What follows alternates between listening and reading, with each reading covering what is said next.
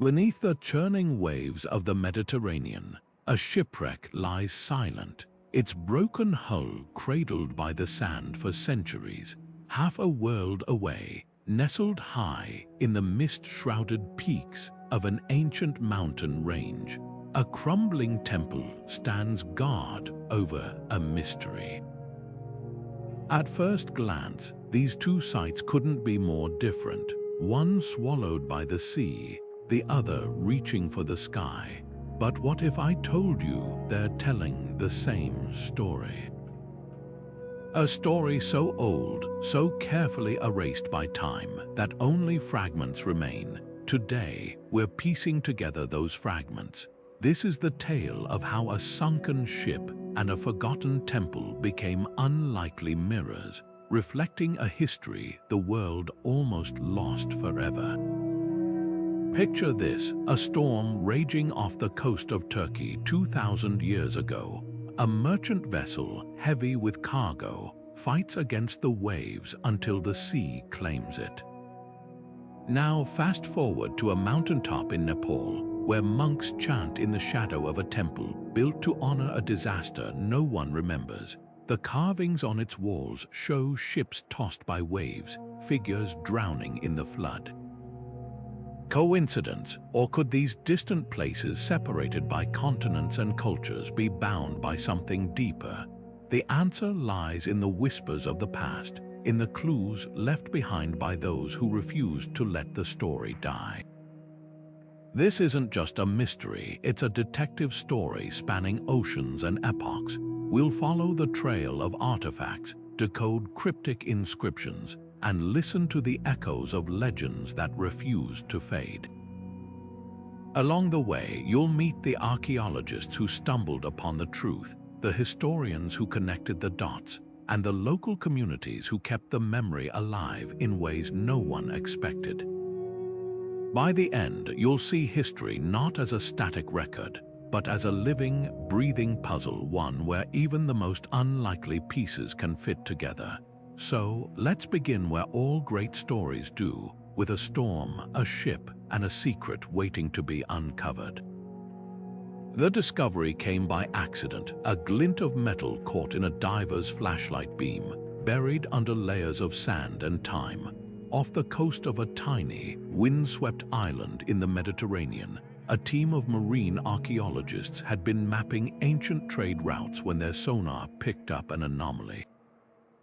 What they found was a shipwreck unlike any other. Its wooden ribs, though gnawed by centuries of currents, still held their shape, cradling a cargo that told a story of desperation. Amphorae lay shattered, their contents long dissolved, but between them were artifacts that didn't belong. Strange stone tablets etched with symbols that twisted like waves, their language unreadable. Even more puzzling was the ship's construction, its hull reinforced with techniques unseen in any known maritime tradition of the era. At first, experts assumed it was a lost Phoenician trader or a Greek vessel blown off course. But the carvings defied explanation. One archaeologist, Dr. Elena Marrows, noticed something eerie. The symbols matched rubbings she'd seen years earlier in a dog-eared journal. Sketches from a remote Himalayan temple, thousands of miles away. The connection seemed impossible. How could a ship from the Mediterranean share a language with a mountain shrine in Asia? The answer, it turned out, wasn't just in the water. Diving deeper into the wreck, the team uncovered a single intact crate, its wood preserved by the salt. Inside were rolls of copper sheets, each stamped with the same cryptic symbols. But one sheet was different, a map, not of the sea but of a river valley leading inland, marked with a towering peak and a single word repeated like a chant. That word would send historians scrambling through dusty archives, tracing a path from the ocean floor to a temple no one had connected until now. The ship, they realized, wasn't just carrying goods. It was carrying a warning. High in the thin air of the Himalayas, where the wind howls through crumbling stone corridors, the temple waits, Its walls tell a story, not in words, but in symbols that ripple like water, mirroring the carvings found on that sunken ship half a world away. For generations, local monks had preserved a legend whispered from elder to child, a great voyage undertaken by strangers from distant lands who brought with them a warning carved in stone. When the temple was first discovered by outsiders in the early 20th century, scholars dismissed the symbols as decorative, but the truth was far stranger. The temple's architecture held the first clue. Unlike other sacred sites in the region, its entrance aligned perfectly with the summer solstice sunrise, casting light down a narrow corridor to illuminate a single chamber.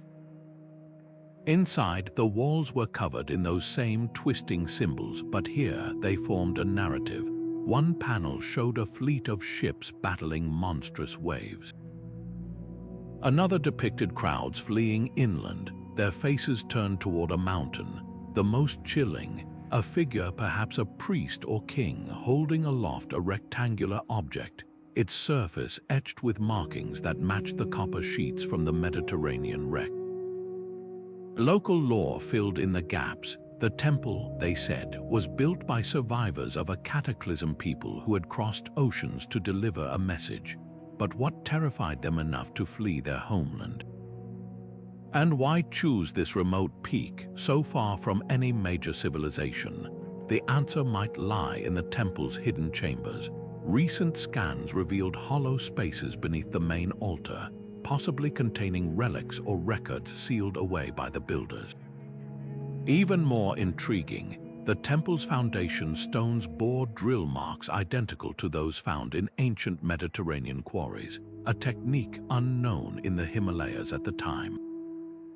The most compelling evidence, though, came from the stars. The temple's alignment wasn't just ceremonial, it was a calendar.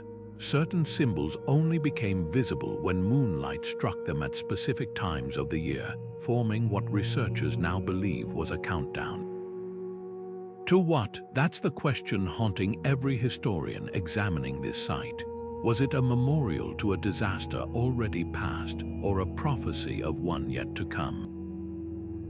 The ship, the temple, the shared language of symbols, all point to a forgotten chapter of history, where two distant cultures collided in their desperation to outrun the same catastrophe. And the key to unlocking it all might still be hidden in those sealed chambers, waiting for the right moment to reveal its secrets. The spiral twists across the copper sheets from the shipwreck, mirroring the same coiled pattern etched into the temple's altar. At first glance, it could be mistaken for mere decoration, artistic flourish, but when linguists pieced together fragments of the script surrounding it, a chilling truth emerged.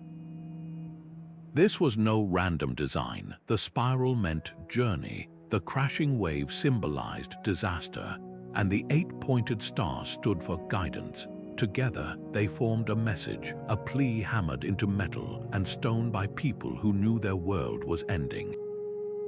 What's astonishing isn't just that these symbols appear in both places, it's how precise they are. The depth of each carving's groove, the angle of the star's points, even the spacing between lines, all match down to the millimeter. This wasn't a coincidence or a case of cultural exchange. It was the same hand, the same technique, the same urgency. Forensic analysis of tool marks suggests the artisans used identical chisels with a unique curved edge not found in either Mediterranean or Himalayan archaeological records. That means the people who decorated the ship's cargo also shaped the temple's walls. But how did they sail across the world to build it? Or were they part of a scattered community, fleeing something so terrible it sent them to the edges of the earth? The script offers clues. Deciphered passages speak of the Great Swallowing, a catastrophe so vast it forced survivors to follow the star's path to safety. One phrase repeats like a mantra, "Remember us." That's the heart of this mystery. These symbols weren't just a language, they were a warning meant to outlast empires. The temple's location makes sense now. Perched high above floodplains, facing the solstice sunrise, it wasn't just a place of worship, it was a beacon, a deliberate signal to future generations. And the ship, its cargo of copper maps and tablets, wasn't trade goods. It was a delivery, a last-ditch effort to spread the message farther. But here's the haunting question. If these people went to such lengths to be remembered, why did history forget them? The answer might lie in the very disaster they feared. Geological records from the period show evidence of a massive volcanic eruption, one that would have plunged the world into years of darkness. Entire civilizations collapsed in its wake. Perhaps the builders of the temple and the sailors on that doomed ship weren't just warning about the past, they were trying to prepare us for the future. The symbols endure, whispering across millennia. In the temple's shadows and the ship's broken hull, they tell the same story. Look, listen, remember. Because some journeys aren't meant to be forgotten. For centuries, fishermen along the Turkish coast told their children a story, one passed down through generations in the flickering light of oil lamps. They spoke of a fleet of proud ships, their sails painted with strange symbols that vanished into the western horizon one autumn. Only whispers returned, carried by storm-tossed survivors who spoke of a king's treasure lost to the waves. Most dismissed it as just another sailor's tale, the kind told to explain why certain currents ran black or why the sea sometimes glowed at night. But in a cluster of mountain villages near the Nepalese temple, elders recounted a nearly identical legend, except their version ended differently. Their ancestors spoke of strangers who arrived in battered ships, bearing gifts of copper and stone, who climbed the peaks to build a house for the memory of the drowned. The parallels between these two oral traditions, separated by thousands of miles, are too precise to ignore. Both describe a fleet led by a figure of authority, sometimes called a king, other times a priest commander. Both mention a storm of unnatural fury with waves high as temples, and both agree on one haunting detail. The lost ship carried not gold or jewels, but something far more valuable. The coastal fisherfolk called it the treasure of words, while the Himalayan villagers referred to it as the metal that speaks. Now, with the shipwreck's copper sheets and the temple's carvings matching symbol for symbol, we know they were describing the same thing, a message intended to outlast time itself. Historians long argued these legends were pure folklore, embellished over centuries, but the shipwreck changes everything. Carbon dating places it sinking squarely within the timeline of both oral traditions around 2,300 years ago. Even more compelling, the wreck's location aligns perfectly with the fishermen's accounts of where the sea swallows ships whole, a notorious stretch of water where currents collide. As for the king's treasure, the copper sheets fit the description exactly. They would have been priceless in their day, not for their material value, but for the knowledge they carried. The temple's role in this story becomes clearer when you examine its construction. Unlike other sacred sites built over generations, this one appears to have been erected in a single, frantic effort.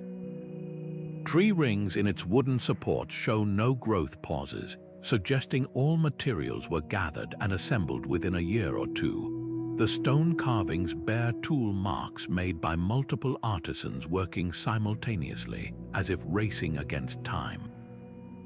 And then there's the orientation, not toward any holy site, but facing the precise direction from which the shipwreck survivors would have arrived. This wasn't just a memorial. It was a landing beacon, a deliberate signal to others who might follow. Yet the most poignant clue lies in what's missing. The temple's inner chamber contains a stone pedestal, worn smooth at the center, as if something heavy once rested there. Its dimensions match the crate found in the shipwreck. Put the pieces together, and a heartbreaking picture emerges. Survivors hauling their last precious cargo up the mountain. placing it in the heart of their new sanctuary, only for it to vanish centuries later, perhaps looted, perhaps hidden away for safekeeping. The legends were right all along. The real treasure was never meant to be kept. It was meant to be remembered. Now, the question isn't whether these stories are true, it's why they were so desperately preserved. The answer might lie in a final, cryptic symbol found both on the ship's copper and above the temple's door, a circle within a square crossed by a single line. Recent translations suggest it means return, not as a prediction but as an instruction. These people weren't just documenting their past, they were preparing us for their future. The storm wasn't simply wind and rain, it was an act of annihilation. Geological cores drilled from seabeds near the shipwreck site tell a harrowing tale. Layers of sediment, thicker than anywhere else in the region, reveal what scientists call a megastorm event, a cyclone of such staggering force that it reshaped coastlines. Tree rings from ancient forests hundreds of miles inland show scars of saltwater damage, proof that the storm surge reached places no ordinary weather could touch. And right at the heart of this chaos, the ship met its end. Its cargo hold was packed not with trade goods, but with something far more telling: sacks of seed grain carefully sealed in clay jars. These weren't merchants, they were refugees fleeing with the last harvest of a drowning land. Now, look to the temple. Its central pillar isn't just aligned to the solstice, it points like an arrow straight toward the storm's path. Carvings along the base depict not just waves, but a swirling vortex with figures clinging to splintered ships. One panel shows a priest holding aloft a strange, disc-shaped object, its surface etched with the same spiral pattern found on the ship's copper sheets. Archaeologists initially thought this was a ceremonial mirror or shield, but when they studied temple rituals still practiced by local monks, the truth emerged. Every year, at the height of monsoon season, they reenact a ceremony called the Offering to the Hungry Wind, using a polished bronze disc to reflect the sky. It's a plea passed down through generations: don't let it happen again. The storm's legacy wasn't just destruction, it was transformation. Before the cyclone, the region where the ship set sail was a thriving hub of maritime trade. Afterward, records go silent for nearly a century, but here's the twist. During that same period, the Himalayan foothills saw a sudden surge in fortified settlements, many built with techniques foreign to the area. Their walls contained flecks of a volcanic glass only found near the Mediterranean, mixed into the mortar like a talisman. These people weren't just rebuilding. They were preparing. What terrified them so deeply that they crossed continents to escape it? The temple's hidden chambers may hold the answer.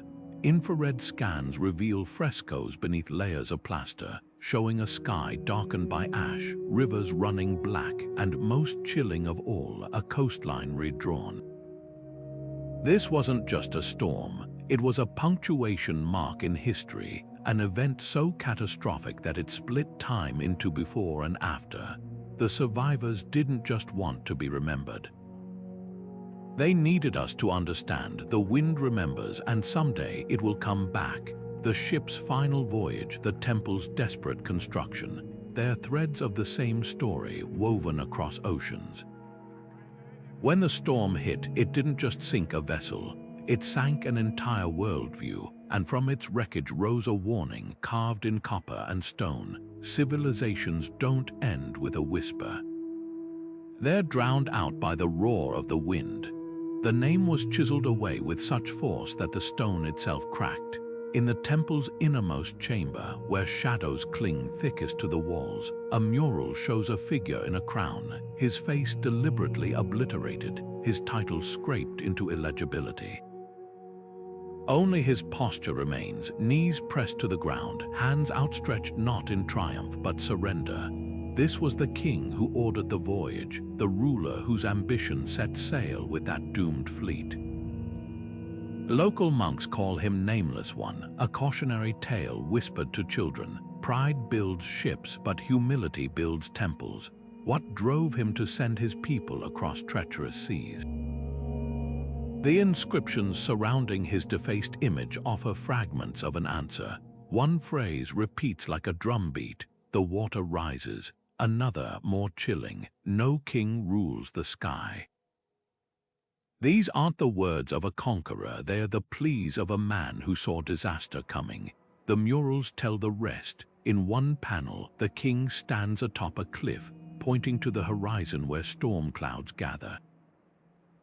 In the next, he's breaking his own scepter to fashion tools for shipbuilders. By the final scene, he's alone on a barren shore, watching the last vessel vanish into the mist. Historians are divided. Some argue the king was a fool, gambling his people's lives on a desperate bid for new lands. Others see a leader sacrificing his legacy to save them. The shipwreck's cargo supports the latter. Buried beneath amphorae and ballast stones, archaeologists found a single gold ring stamped with the same erased symbol from the temple. Its inner band bears an inscription in microscopic script: "Forgive me, this wasn't treasure, it was a confession sunk with the king's final command." But the most telling clue lies in what wasn't on the ship. No royal seals, no weapons, no chests of jewels, just those copper sheets, seed grain, and tools for building. If this was a king's fleet, why strip it of all trappings of power, unless power no longer mattered? Unless the storm wasn't just coming, it was already at the gates. The temple's alignment holds the final piece. At dawn on the winter solstice, sunlight slants through a narrow window, illuminating the defaced mural for just 3 minutes. In that fleeting light, the king's shadow reappears, stretched across the floor like a long, reaching arm. It points unerringly northeast, directly toward the shipwreck's resting place. Not a curse, then, a reckoning. The stones remember what history erased. Sometimes the greatest act of a king isn't to command, but to let go. Bones don't lie. When archaeologists excavated burial caves near the temple, they expected to find the remains of local mountain tribes people who had lived in these valleys for generations. Instead, the skeletons told a different story. DNA analysis revealed a genetic signature unlike any other in the region, with markers tracing back to the eastern Mediterranean. These weren't just pilgrims or traders passing through. They were settlers, families who lived and died here, carrying a secret in their blood, the same coastal ancestry found in the shipwreck's crew. The graves held more than bones. Nestled beside the dead were offerings, tiny copper amulets shaped like waves, seashells from distant shores, even a child's toy carved in the likeness of a ship. These people didn't just remember the sea, they longed for it, yet their burial sites faced inland toward the temple, as if turning their backs on the homeland they'd lost. Local legends speak of the Silent Ones, a clan who refused to speak their original language, teaching their children only the symbols carved into the temple walls. For centuries, their descendants lived as outsiders, feared for their strange customs but tolerated for their skill in metalwork, a craft that, we now know, mirrored techniques from the shipwreck's artifacts. But why hide? The answer might lie in a discovery made just last year.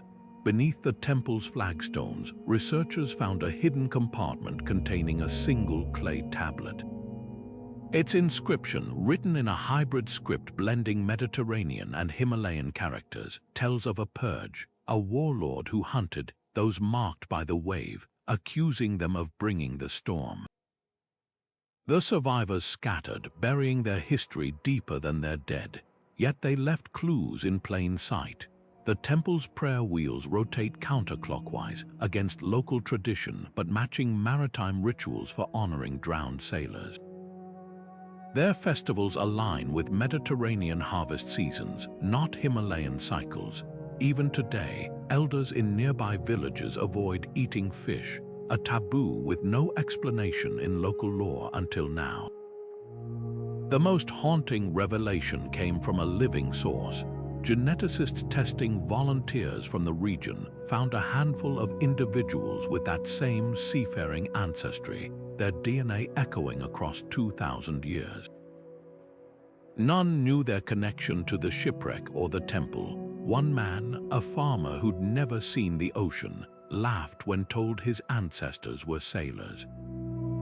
Then he rolled up his sleeve, showing a birthmark in the shape of a spiral identical to the symbol on the temple's altar.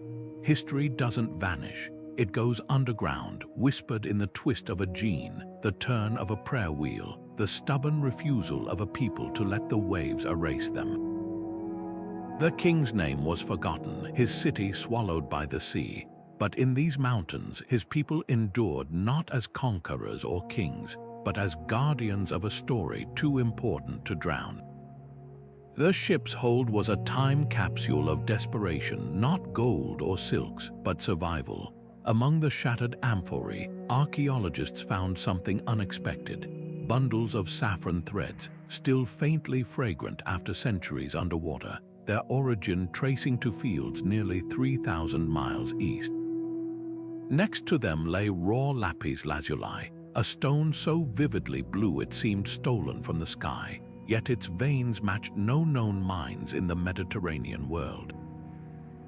These weren't luxury goods, they were provisions carefully chosen: saffron for medicine, lapis for trade, both vital for rebuilding a life far from home.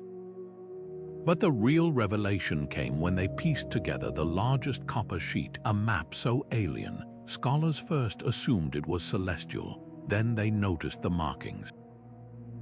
The symbols formed a jagged coastline no modern map recognized, with a river snaking inland toward a cluster of peaks. At first, researchers dismissed it as fantasy until a geologist recognized the contours. The river's curve matched an ancient tributary long since dried up, one that once fed the valleys below the temple. Even more telling, the map's orientation. Instead of north at the top, it faced east, as if drawn by someone sailing toward the sunrise. This wasn't just a chart, it was a set of instructions. One line, thicker than the rest, led from the coast directly to the mountain where the temple stood, marked with a symbol now known to mean sanctuary. So why was the ship so far off course when it sank? The answer might lie in the cargo's hidden layer. Beneath the spices and stone, excavators uncovered 22 identical bronze discs, each no larger than a coin, stamped with a 7-pointed star. At first glance, they seemed decorative until X-rays revealed their cores, hollow with traces of a powdery residue. Lab tests identified it as a mixture of saltpeter and sulfur, substances used in ancient fireworks. These weren't ornaments, they were signals designed to burn bright and high. The sailors weren't lost, they were lighting the way for others behind them. The temple's carvings confirm it. One panel shows a figure on a mountaintop holding a flaming beacon, while ships in the distance mirror its light with smaller fires. The symbolism is unmistakable. This was a relay, a chain of communication spanning impossible distances. But here's what chills the bones: the last ship in the carving isn't lit.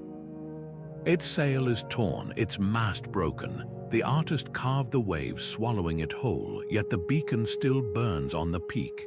They knew. Whoever built this temple watched the storm take their people and kept the light alive anyway. Trade route? No, this was an evacuation. Every artifact, every marking whispers the same truth. The ship wasn't carrying goods to sell. It was carrying the last hope of a people who knew their world was ending. The spices were seed money, the lapis a bargaining chip, and that copper map, a promise that if they could just reach the mountain, they'd find shelter waiting. But the storm came too soon. The discs were never used, and the temple's light eventually faded into legend, until a diver's flashlight caught that first glint of metal under the waves, and the sea finally gave up its secret. Now we're left with the echoes, the saffron's lingering scent, the lappy's unnatural blue, and a question that haunts every researcher who touches these artifacts. How many other ships were out there, their beacons unlit, their maps unfinished? The cargo doesn't just rewrite history, it begs us to listen, because some voyages don't end when the ship goes down. They wait. The doorway doesn't just face north, it frames Polaris with uncanny precision, locking the North Star in its archway for exactly 17 minutes each winter solstice. That's no accident of design. The temple's builders chiseled those stones to catch the light at an angle found nowhere else in the region, aligning the entire structure like a celestial timepiece.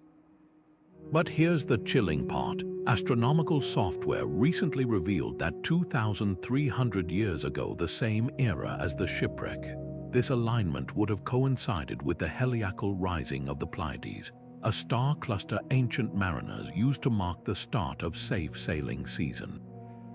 The winter solstice wasn't just a date carved in stone, it was a countdown. Inside the temple, the walls tell why. Faint traces of pigment still cling to grooves in the ceiling, forming constellations that mirror a navigational chart found scratched onto one of the ship's bronze discs. The positions aren't accurate for the Himalayan sky, they match the night sky as seen from the Mediterranean coast. Whoever painted these stars was recreating a view from home, preserving it like a sacred map. Even more telling, certain constellations are exaggerated, like Orion's belt, stretched unnaturally long. Archaeoastronomers realized these distortions align with atmospheric conditions during massive storms, when haze bends starlight. The temple isn't just showing the sky, it's showing the sky as it appeared on the night the storm hit. But the real revelation came when researchers noticed something odd about the doorway's lintel stone. Under ultraviolet light, it glowed with traces of a phosphorescent mineral found only in deep-sea manganese nodules, the very nodules that would have clung to the hulls of ancient ships after long voyages. The builders didn't just commemorate the stars, they embedded pieces of the sea itself into the temple's bones, crafting a beacon visible under moonlight to anyone who knew where to look. Local lore speaks of star priests who could read the sky's wrinkles, predicting disasters years in advance. Modern science offers a startling explanation. Tree rings from the period show evidence of a massive solar flare, one that would have supercharged auroras and scrambled migratory patterns. The temple's alignment may have been more than symbolic. It could have functioned as an early warning system.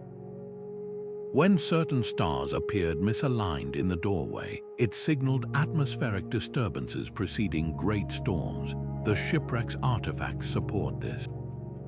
Among the copper sheets was a thin bronze strip etched with what seemed like random notches until an archaeologist held it up to the temple's constellation painting. The notches matched the gaps between stars in Orion's distorted belt, creating a makeshift sextant when held at arm's length. Together, the ship's tool and the temple's ceiling formed a cross-continental navigation system, allowing survivors to track their position even when clouds hid the real stars. Why go to such lengths? Because the builders weren't just preserving knowledge, they were weaponizing it. The winter solstice alignment points unerringly to the stretch of sea where their ship went down, not as a memorial but as a marker. A warning carved in architecture and astronomy. Here lies the path of the storm. Here is where the sky betrayed us, and here is how you'll know when it comes again. History isn't just written by the victors sometimes, it's swallowed whole by the sea. The artifacts from the shipwreck and the temple don't match any known civilization from their era. The tools are too advanced, the symbols too precise, the rituals too distinct. This wasn't a forgotten outpost of Egypt or Mesopotamia. This was something else entirely, a culture with its own language, its own technology, its own gods. And yet not a single scroll, not one inscription from neighboring empires so much as whispers their name. It's as if they were airbrushed from history. But why? Consider the evidence. The ship's construction techniques defy everything we know about ancient Mediterranean boat building. Its planks were fastened with a unique system of interlocking joints, reinforced with a resin that chemical analysis can't fully replicate. The temple's masonry, meanwhile, uses a mortar formula unknown in the Himalayas, mixed with crushed seashells, a recipe that would have been useless at that altitude unless it held symbolic meaning. Even the artwork is anomalous. The spiral motifs found in both locations don't appear in other contemporary cultures, yet they're executed with a mathematical precision that suggests deep astronomical knowledge. These people weren't borrowing from their neighbors, they were working from a playbook no one else had. So where are their cities, their kings, their records? One theory points to the storm. Geological cores from the Mediterranean show evidence of a cataclysmic tsunami around the time the ship sank, with wave heights exceeding 100 feet. Entire coastal settlements could have been wiped clean, leaving no trace, but the temple's carvings hint at something darker. One panel shows figures toppling stone pillars, chiseling away at inscriptions, smashing statues, not as invaders but as their own people. Were they trying to erase themselves? Some scholars believe the answer lies in the temple's hidden chamber, where a single, half-destroyed fresco depicts a crowd bowing to an empty throne. The message is chilling. We chose to disappear, yet their legacy lingers in the unlikeliest places. Fishermen in the Andaman Islands still weave nets using a knot identical to those found on the ship's rigging. High in the Hindu Kush, shepherds chant a lullaby about the people who walked on waves. Even the temple's alignment has echoes centuries later. A monastery in Tibet was built with the same solstice alignment, though its builders claimed no knowledge of the original. Cultures don't vanish without a trace. They scatter like seeds carried by the wind, taking root in stories and traditions that outlast empires. The greatest mystery isn't why they were forgotten. It's why they went to such lengths to be remembered, not in words, but in symbols carved where only the stars could read them. The ship's cargo, the temple's alignment, the deliberate gaps in their history they weren't hiding. They were waiting for someone to piece together the fragments, for someone to listen. And now, after 2,000 years, the waves have finally brought their message ashore. The altars tell a story in ashes and bone, streaked with centuries of soot. Their surfaces are pocked with tiny indentations, each one the ghost of a seashell placed there long ago, then carried away by time. Archaeologists first assumed these were typical religious offerings until they noticed the pattern. The shells weren't local. They were cockles and mussels native to the stretch of coast where the ship met its end, species that would have had to be transported alive across thousands of miles of mountains. Even more telling, the bones, not from goats or yaks as you'd expect in the Himalayas, but from sheep, a Mediterranean breed, their ribs charred in a way that mimics ship timbers burning.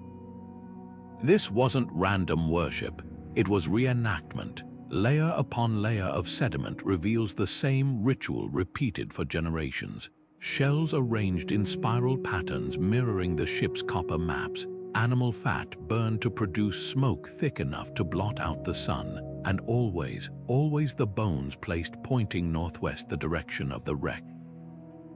The earliest offerings date to within decades of the ship's sinking, suggesting survivors or their children began the tradition.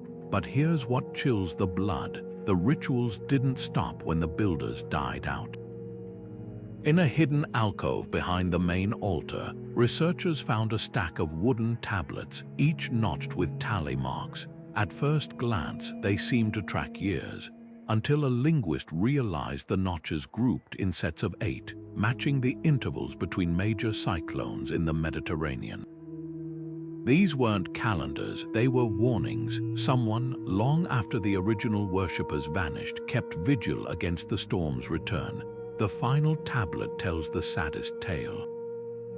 Its wood is newer, the carvings shallow and rushed. The last entry is a single, unfinished mark. Beneath it, pressed into the grain, are fingerprints, one large, one small, stained with pigment from the temple's murals.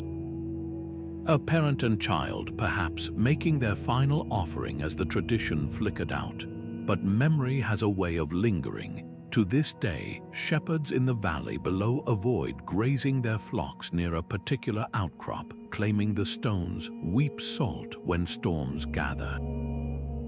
The rock, when tested, does show traces of ancient seawater, and on the clearest nights when the wind blows just right, the temple's ruined corridors still sing, not with human voices, but with the eerie, hollow music of shells vibrating in the breeze, as if the mountain itself refuses to let the story die. The ship's keel wasn't just sturdy, it was revolutionary. Thicker than any other vessel of its era, reinforced with diagonal iron straps in a pattern modern engineers call earthquake framing. It was built to withstand forces no ordinary storm could muster. Even more striking, the mast step where the great wooden pillar met the hull. Instead of the typical mortise and tenon joints, it used a complex system of interlocking bronze plates, allowing the mast to pivot mid-voyage, a feature not seen again until Viking longships over 1,000 years later. This wasn't just a merchant ship, it was a predator of the waves designed for journeys where the horizon never ended.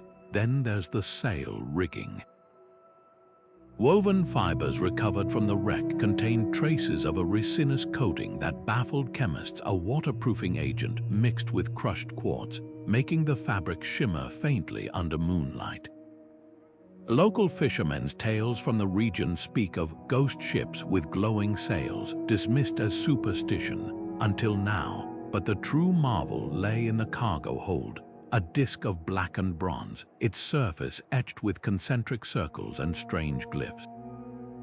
At first mistaken for a ceremonial shield, it took an astronomer to recognize the truth. When suspended from its center and aligned with the North Star, the disk's markings correspond to known constellations, but with one chilling difference. The positions are offset, as if charting the sky not from the Mediterranean, but from somewhere far to the west, beyond the Pillars of Hercules, beyond the known world.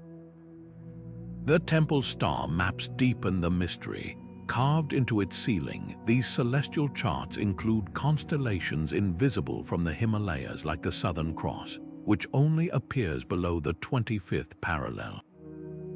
How could builders who supposedly never left the mountains know stars seen only from the open ocean? One panel holds the answer, a detailed rendering of the Milky Way, not as a hazy band, but as a navigational highway. Specific stars are enlarged, connected by lines that match the ship's bronze disk exactly.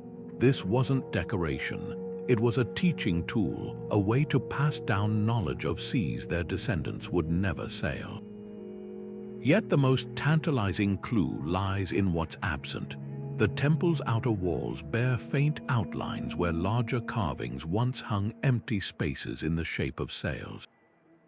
Local legends claim these were maps of the drowned, stolen by a king who feared their power, but recent scans reveal something astonishing. The stone beneath these missing panels is pocked with tiny holes, arranged in patterns that mirror ocean currents. When researchers overlaid these with modern drift charts, the lines converged on 3 points: the Shipwreck site, a stretch of the Atlantic near the Azores, and a remote Pacific atoll. Coincidence or breadcrumbs left by a civilization that mapped the world long before we thought possible? The artifacts whisper of voyages we can't yet prove. A shard of coconut shell in the ship's hold, carbon dated to the same era, traces to Polynesia. A bead of Andean obsidian sits in the temple's relic box, far older than the Incas. Each piece is a ripple in history's pond, disturbing what we thought we knew. Perhaps the greatest tragedy isn't that this seafaring culture vanished, but that we forgot they ever sailed at all. The symbols carved into the temple walls and etched onto the ship's copper sheets weren't just decoration. They were a cry for help, written in a language the modern world had forgotten. For decades, linguists dismissed them as random scratches until Dr. Rajan Varma, a historian studying obscure trade dialects, noticed something peculiar. One symbol, a wavy line with 3 dots, matched a glyph from a merchant's ledger found in a cave on the Maldives, a ledger written in a pidgin tongue used by island traders 2,000 years ago. This wasn't the language of kings or conquerors. It was the language of the lost, a hodgepodge of words borrowed from a dozen coastal cultures, stitched together by people with no homeland left. The script's grammar told the story. Unlike the rigid, formal structure of imperial languages, these symbols flowed like water, borrowing verbs from one dialect, nouns from another, as if the writers were grabbing whatever words they could to survive. One phrase, repeated on both the ship's tablets and the temple's entrance, translates roughly to "we who walk the waves, not sailors, not explorers." Refugees, the ship's hold held further proof, personal seals, not of nobles or officials, but of families, each one a different design, as if representing clans forced to flee in haste. One showed a tree with roots exposed, its trunk snapped mid-fall. Another, a house with an open door and no walls. These weren't boasts of lineage, they were obituaries carved in miniature. But the most heartbreaking clue lay in the mistakes. On the temple's oldest panels, the symbols are precise, uniform. Later carvings grow sloppier, the lines wavering as if the hands that made them were learning the script as they went. By the final inscriptions, the language itself begins to fracture. Words borrowed from local Himalayan tongues creeping in, the original dialect fading like a voice down a long hallway. The writers weren't just recording their history, they were losing it. And then there's the prayer, nestled among cargo manifests and star charts. One copper sheet bears a single sentence, its letters deeper, more deliberate than the rest. Do not let the water take our names. Not our gold, not our lands, our names, because when you've lost everything else, that's all that remains. The ship's crew knew they might not survive the storm. But they trusted the temple's builders to keep their story alive, and for 2,000 years the mountain listened. The divers swore the water turned colder when they touched the wreck. Not the gradual chill of depth, but a sudden, knife-sharp drop that made their gauges fog over. One man claimed his flashlight dimmed to a sickly yellow glow as he reached for a copper sheet, only to flare back to life when he withdrew his hand. Archaeologists cataloging the temple artifacts reported similar strangeness, cameras malfunctioning near certain carvings, voice recorders capturing whispers no one heard at the time. The local villagers nodded knowingly. They'd warned outsiders for generations. Some doors aren't meant to be opened. Science offers explanations, of course. The shipwreck lies along a fault where geothermal vents seep sulfur, which could explain the erratic equipment. The temple sits atop deposits of magnetite, a mineral known to disrupt electronics. But the dreams defy easy answers. Multiple researchers described nearly identical nightmares, visions of drowning in a storm, of trying to scream warnings that came out as bubbles.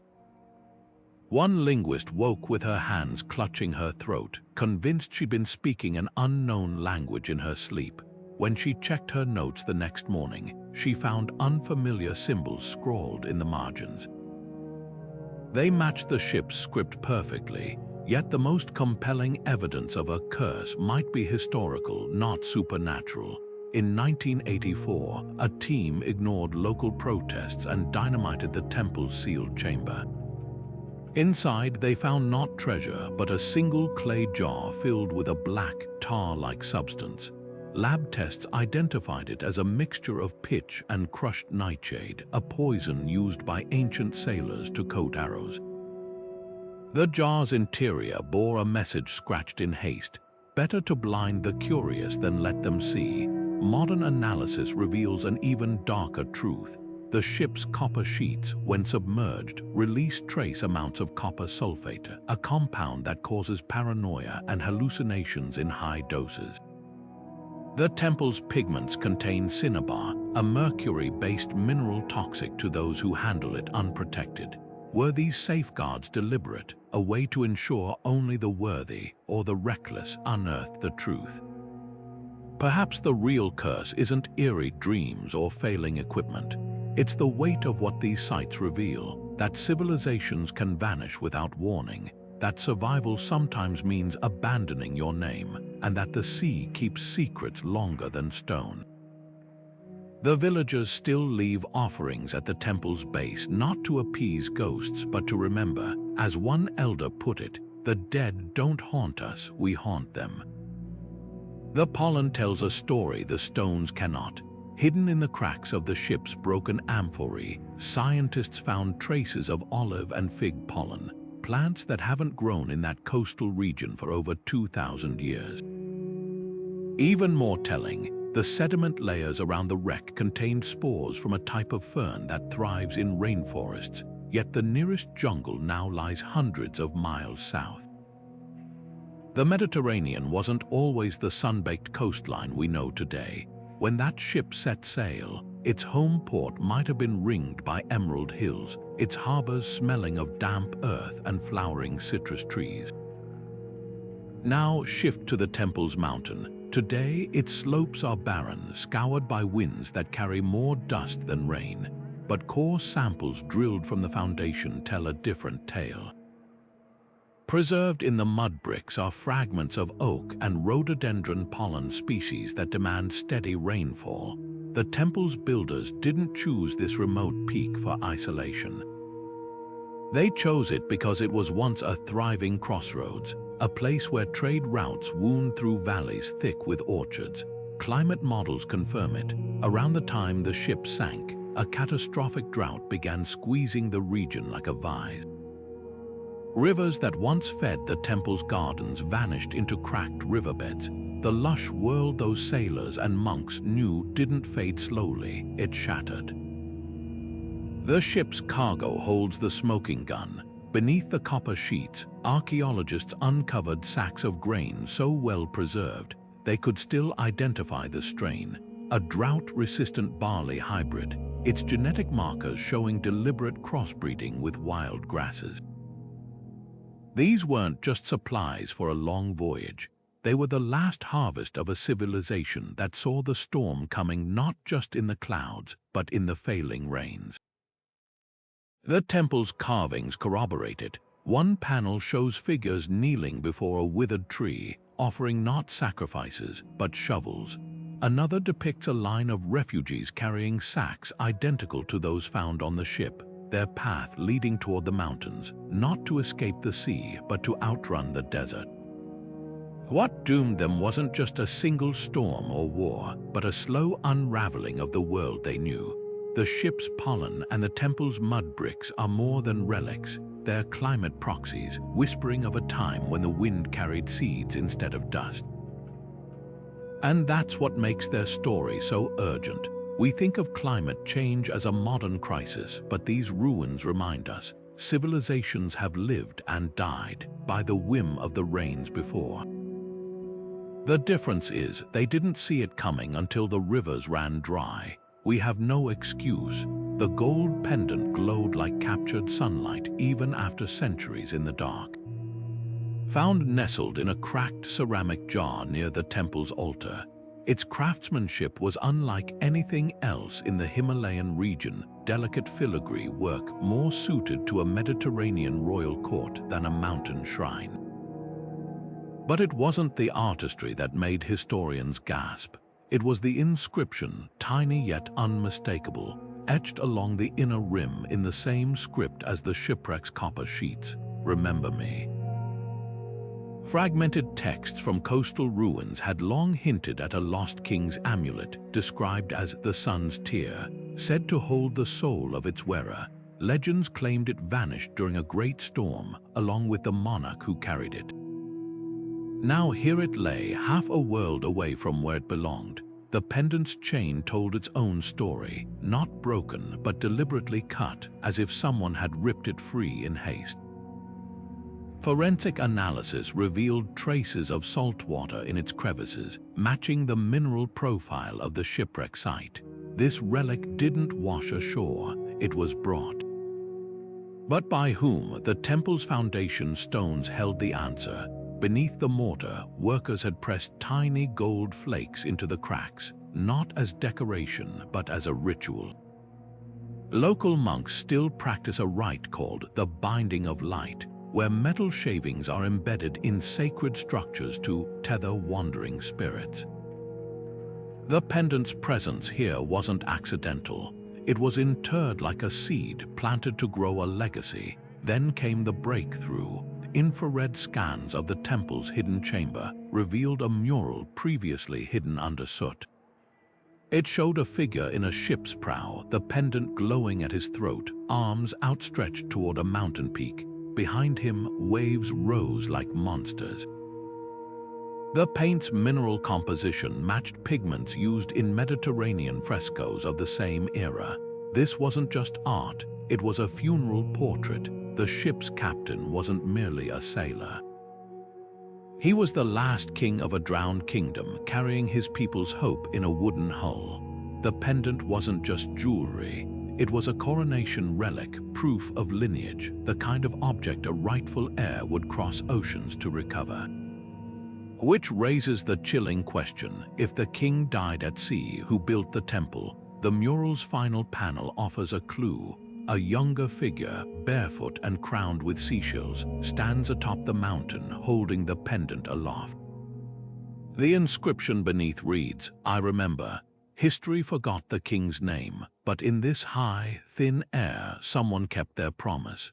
The ground-penetrating radar image flickered on the monitor like a ghostly fingerprint. A perfect oval chamber hidden 20 feet beneath the temple's foundation, its walls unbroken by door or passage. The team had expected storage rooms, maybe burial niches, but this, a sealed vault with dimensions so precise, they matched the golden ratio used in sacred architecture across the ancient world. And there, carved above where the entrance should be, that same spiral symbol from the ship's copper sheets, its grooves filled with a luminous blue paste that still glowed faintly under UV light. The substance tested as a mixture of crushed lapis lazuli and tree resin, a recipe unknown to science, yet identical to the adhesive found on the ship's mysterious bronze discs. Local workers refused to touch the site after sundown, whispering that the chamber wasn't built to keep people out, but to keep something in. Their fears weren't entirely superstition.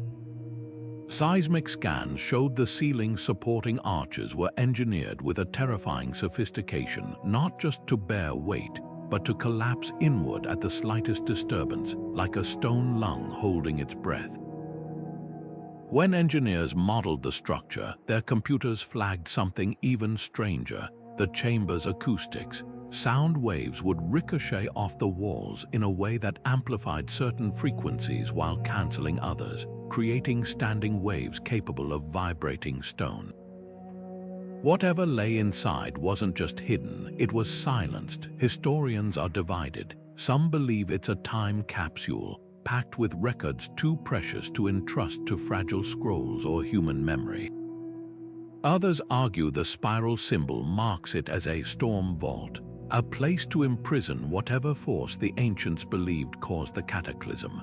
The most chilling theory comes from a Nepalese geologist who noticed the chamber aligns exactly with a fault line. Her instruments detected micro-tremors emanating from the void, rhythmic as a heartbeat, not earthquakes, not groundwater, something else. the truth may lie in the temple's final, unfinished mural. Beneath layers of grime, conservators uncovered a sketch of the chamber, its interior depicted not as empty space, but as a whirlpool. Floating at its center is a single word in the lost script, repeated like a spell: listen. The clay tablet's surface is rough under the fingertips, its edges crumbling like dried leaves. You can almost feel the panic in its grooves, letters scratched too deep, too fast, as if the writer's hand shook with every wave that slammed the hull. Translated, the words are stark: the waves devour us, the gods are silent. If this is found, build a beacon in the mountains. No poetry, no prayers. Just a plea hurled into the future by someone who knew they wouldn't live to see it answered. What chills the bones isn't just the desperation, it's the precision. The writer didn't say, "Remember us" or "Tell our story." They gave coordinates, a mission, and against all odds, someone listened. The temple's foundation stones bear the marks of that obedience. Chiseled into the lowest course, hidden where only a builder would see, is the same spiral symbol from the tablet, not as decoration, but as a mason's mark, a silent message received. Archaeologists found it by accident when a loose stone shifted during a scan. That's the haunting beauty of this story. The survivors didn't just build a monument. They built a reply. Every solstice alignment, every star chart on the ceiling, every shell embedded in the altar, they are all part of a conversation across time, a way of whispering back to the drowned, "We heard you." But the diary's real power lies in what it doesn't say. The writer never names the storm, never describes their homeland, never explains why the mountains mattered.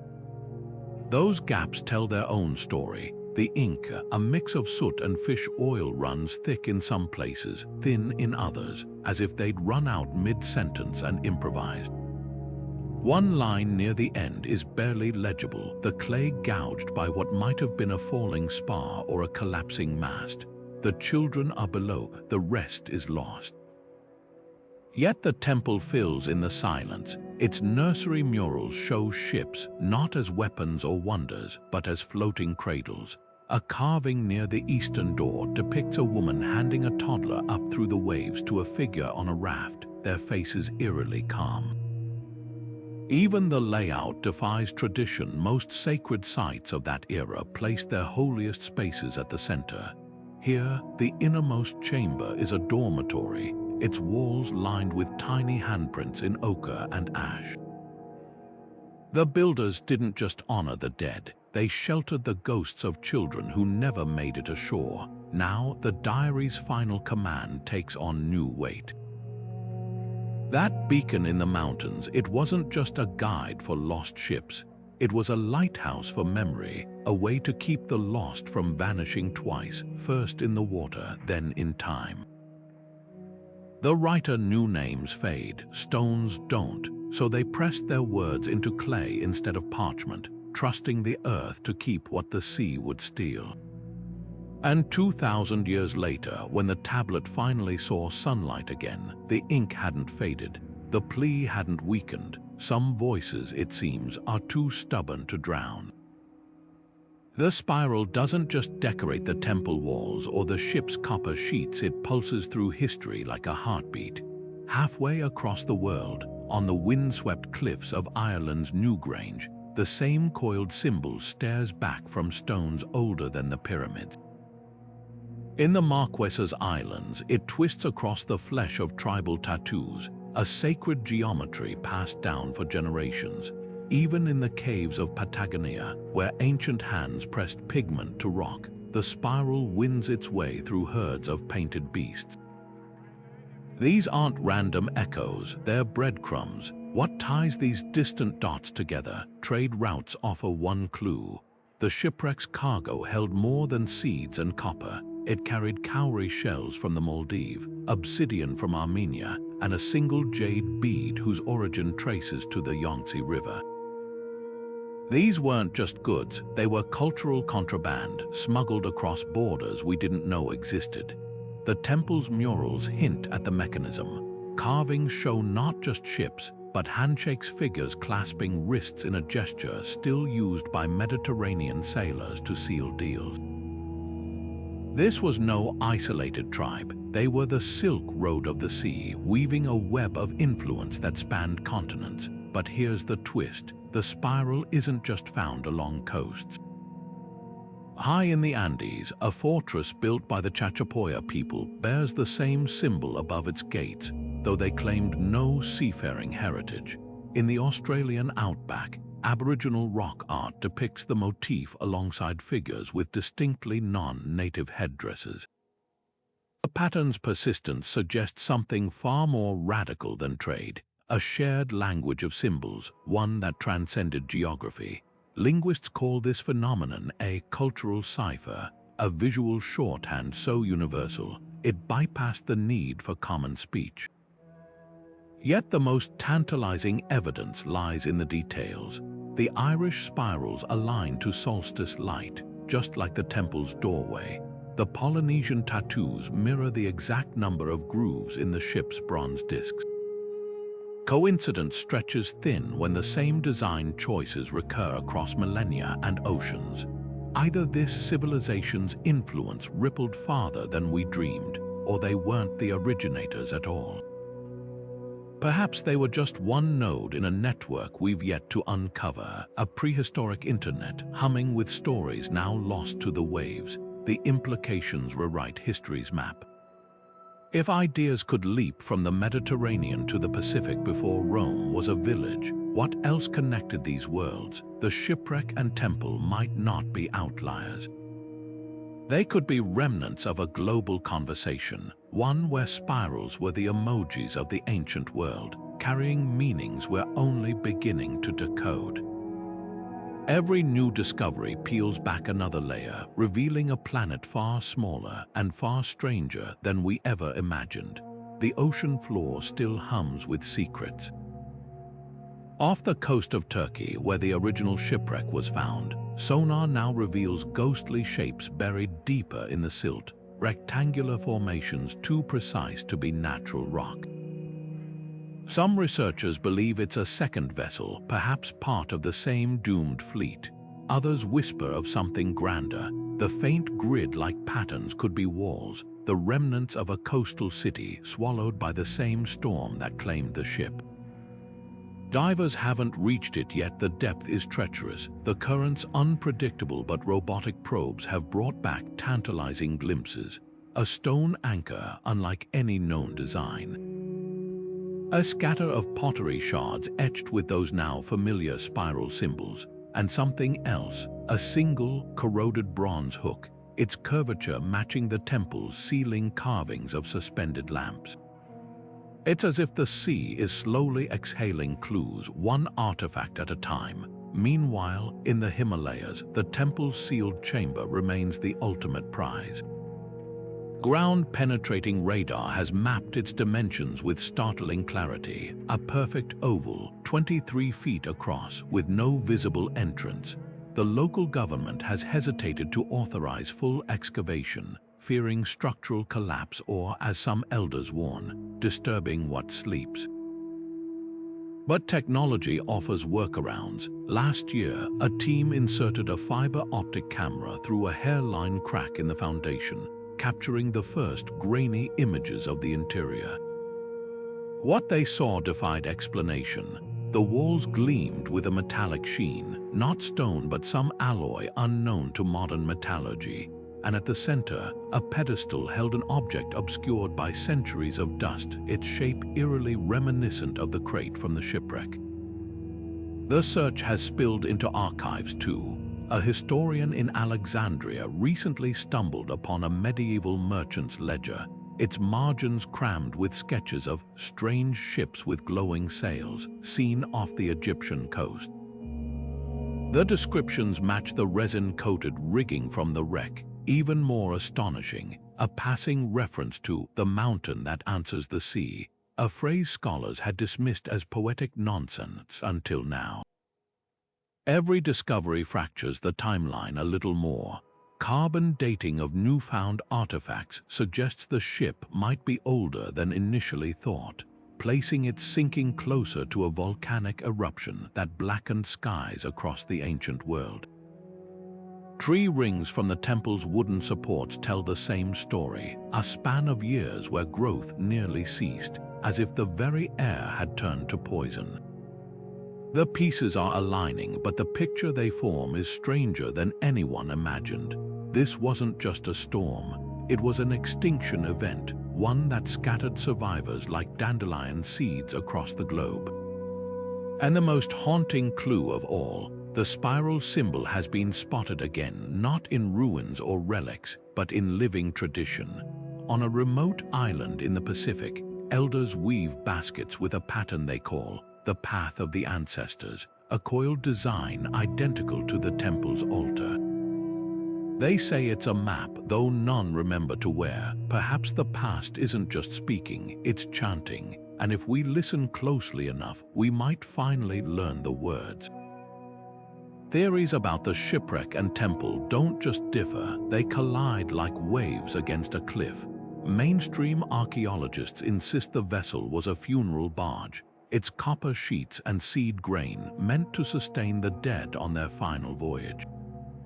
They point to the temple's alignment with the wreck site, its carvings of drowning figures, its altars stained with offerings to lost souls.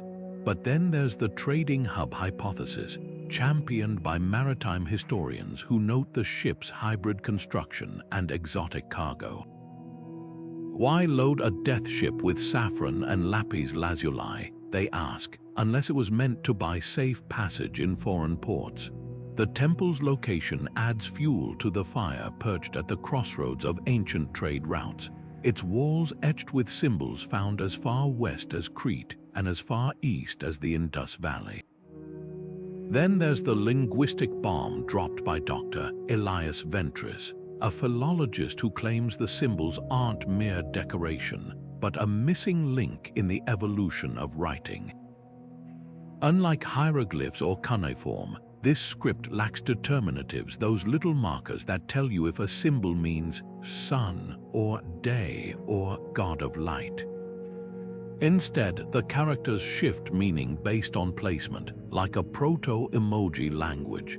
His team's AI analysis found statistical patterns matching later alphabets, suggesting these carvers weren't just scribbling. They were innovating, critics scoff, pointing out that the temple's later inscriptions grow sloppier, as if the language was dying with its users. But Ventris fires back. Since when do we judge an entire script by its graffiti?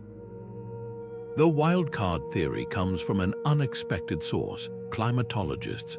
Core samples from the temple's foundation contain layers of volcanic ash, matching an eruption in the Aegean around the time the ship sank. Their argument, this wasn't a funeral or a trade mission, it was an evacuation. The spiral symbols they suggest might represent cyclone patterns, a warning system for maritime refugees. It would explain the ship's reinforced hull, the temple's solstice alignment as a navigational aid, even the genetic evidence of Mediterranean settlers in the Himalayas. Yet the most compelling evidence might be what's absent: no weapons in the wreck, no defensive walls around the temple, no records of conquest in neighboring kingdoms' annals. Just a shared silence broken only by those cryptic symbols repeating like a mantra, "Remember us." Perhaps the truth isn't in the grand theories, but in the gaps between them. A people who left behind neither empire nor epic, only a plea carved where the sea and sky could hear it. Not a funeral, not a trade post, a message in a bottle tossed across millennia.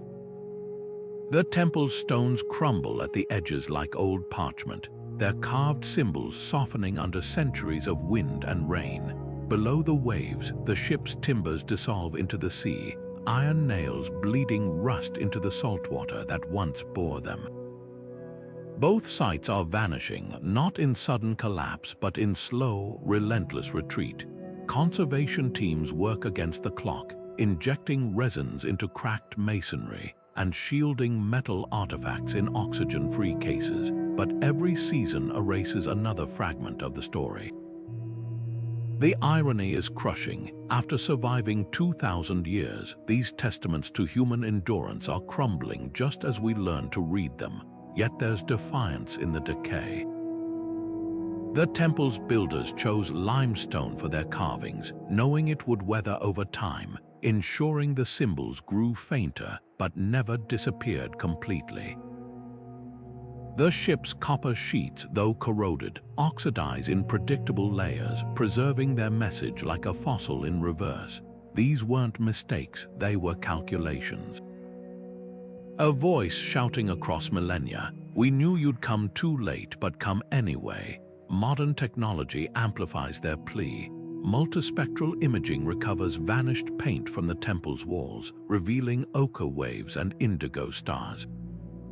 Subsea lasers map the shipwreck's disintegrating hull millimeter by millimeter, creating digital twins that outlast the originals. But the real preservation happens in quieter ways. Himalayan monks still grind lapis lazuli into pigment to retrace fading symbols, just as their ancestors did. Turkish fishermen avoid dragging nets near the wreck site, honoring a superstition older than their boats. Memory lingers where science can't reach. The race isn't just against time, it's against forgetting. When conservators lifted a stone slab from the temple's floor last year, they found child-sized handprints pressed into the mortar beneath, their fingers splayed like starfish. No tool can freeze those prints in place. No scan can capture the weight of the small hands that left them. But the team did something unexpected. They mixed saffron and ash into new mortar, pressing their own palms beside the ancient marks, a pact sealed across centuries. "We see you," the gesture said. "We're listening." Meanwhile, the sea keeps its own ledger.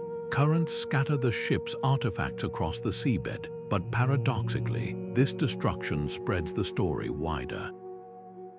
A shard of its pottery washes up on a beach in Cyprus. A bronze hook surfaces in a fisherman's net off Rhodes. Each fragment becomes a new starting point, a clue flung farther than its builders ever dreamed. The temple's stones may powder into dust, the ship's planks may rot away, but the plea endures, carried now on the wind of human curiosity. Do not let the water take our names. In the end, preservation isn't about halting time. It's about choosing what to carry forward.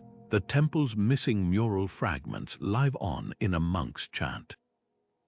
The ship's broken compass guides a student's thesis, and high in the mountains where the last intact carvings face the rising sun, the light still traces those ancient spirals every solstice, not as they were, but as they are. Fainter, yes, but still here, still speaking. This story doesn't end with archaeologists and historians. It's alive, waiting for the next curious mind to pick up the trail. Maybe you've walked past a crumbling wall in your hometown etched with strange spirals, or heard an elder recount a folk tale about the people who came from the waves. Those fragments aren't just stories, they're invitations. The shipwreck and temple didn't reveal their secrets to experts alone. A fisherman's net snagged the first artifact. A local monk led researchers to the hidden chamber. History isn't a locked vault. It's a conversation, and everyone's voice matters. Take the symbols, for instance. That spiral pattern wasn't confined to the Mediterranean or the Himalayas. It's been spotted on Neolithic pottery in Scotland, woven into Navajo textiles, even scratched into cave walls in Australia. Most were dismissed as decorative until now. What if these aren't coincidences but breadcrumbs? A retired teacher in Portugal recently recognized the script from a family heirloom, a seashell pendant passed down for generations, its surface carved with markings nearly identical to the ship's copper sheets. Turns out her grandfather had pulled it from the Atlantic in the 1930s, convinced it was too precise to be random. He was right. The beauty of this mystery is its unfinished edges. Marine archaeologists are crowdsourcing sonar data from hobbyists scanning coastlines with DIY rigs.